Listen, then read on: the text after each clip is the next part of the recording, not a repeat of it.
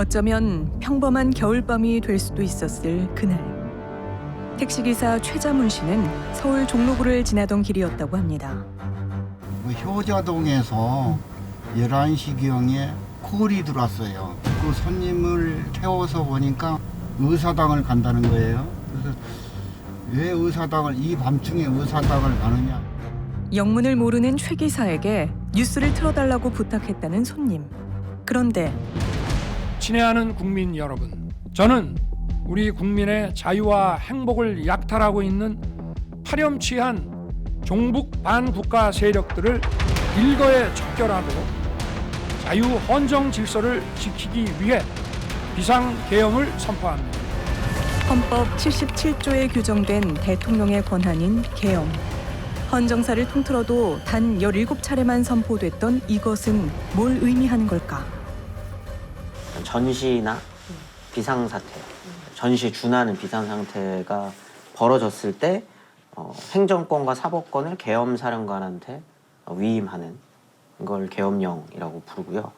집회 같은 거 하면 안 되나 보다가 아니라 누군가는 구금되고 감금되고 폭력에 휩싸이게 되고 또 누군가는 죽기도 하고 고문당하고 했었던 게 지난 계엄령 하에서의 일들이었기 때문에 두렵다라고 느껴질 수밖에 없는 거예요. 가장 최근 비상계엄령이 선포됐던 건 박정희 대통령이 총격으로 사망했던 1979년 10월 26일.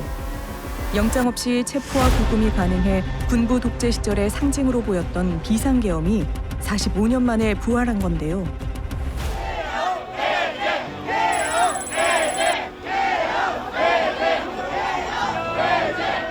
통제된 국회 앞은 이미 수많은 사람들로 발 디딜 틈 없었는데요. 공부하다가 핸드폰을 봤는데 단톡에 애들이 지금 계엄령 선포됐다. 그래서 아니 이게 2024년에 가능한 일인가 해가지고 찾아보니까 진짜더라고요. 저녁 먹고 설거지하는 중이었는데 아들이 엄마 저거 장난 아니야. 그래서 무슨 소리인데 그랬더니 거 계엄령 선포했다는 거예요. 거짓말인 줄 알았어요.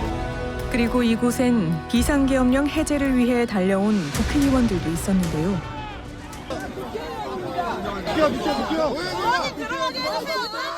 빨리 열어! 비상계엄 불법계엄이래 뭔 소리 하는 거야! 결국 정문으로 들어가지 못한 일부 의원들은 담을 넘기도 했습니다. 그런데 자정을 앞둔 시각, 특전사와 수방사 소속의 계엄군을 태운 헬기가 국회 운동장에 착륙하더니 0시 34분 계엄군이 국회의사당 2층 사무실 유리창을 깨고 본회의장이 있는 건물 안으로 진입하기 시작합니다. 0시 48분 천신만고 끝에 의결 정족수인 재적의원 과반이 출석하면서 국회의장이 국회 본회의를 열었습니다. 결과는 비상계엄 해제 요구 결의안은 가결되었음을 선포합니다.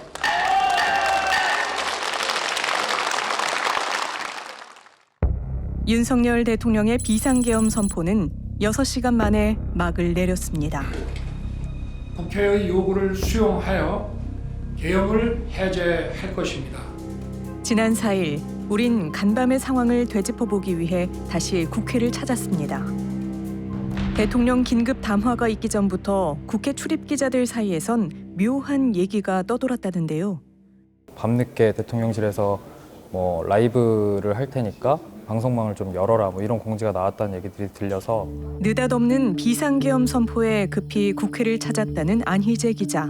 그런데 이걸 찍었던 게 11시 조금 전이거든요. 그 보면 경찰관들이 이제 국회 문을 잠그는 장면이거든요. 포고령이 발표되기도 전에 국회 출입문을 닫았다는 경찰. 잠시 뒤 벌어진 광경은 더 충격적이었다고 합니다. 안에서 이제 고성이 들리면서 여기로 온다, 저기로 온다 이렇게 사람들이 우르르 몰려다니기 시작하고 정신 차리니까 이제 저 끝에서부터 군인들이 이렇게 뛰어 들어오는 게 보이더라고요.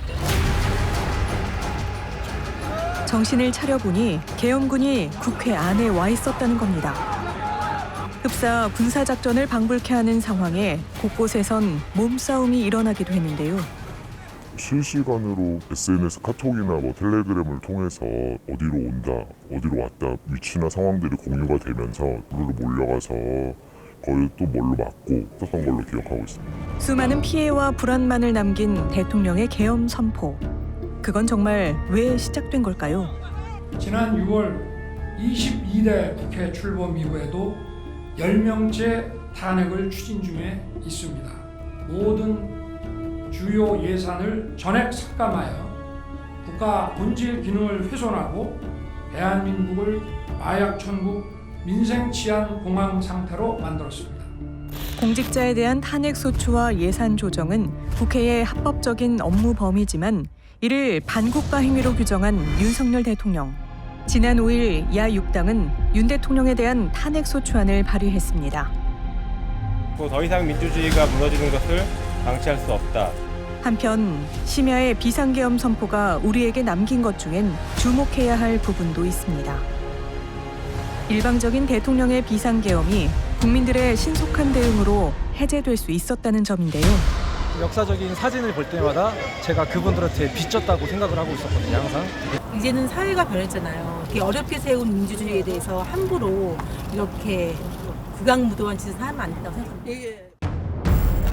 포고령의 공포에도 맨몸으로 뛰쳐나와 민주주의를 지키고 진실을 알리려 한 많은 사람들.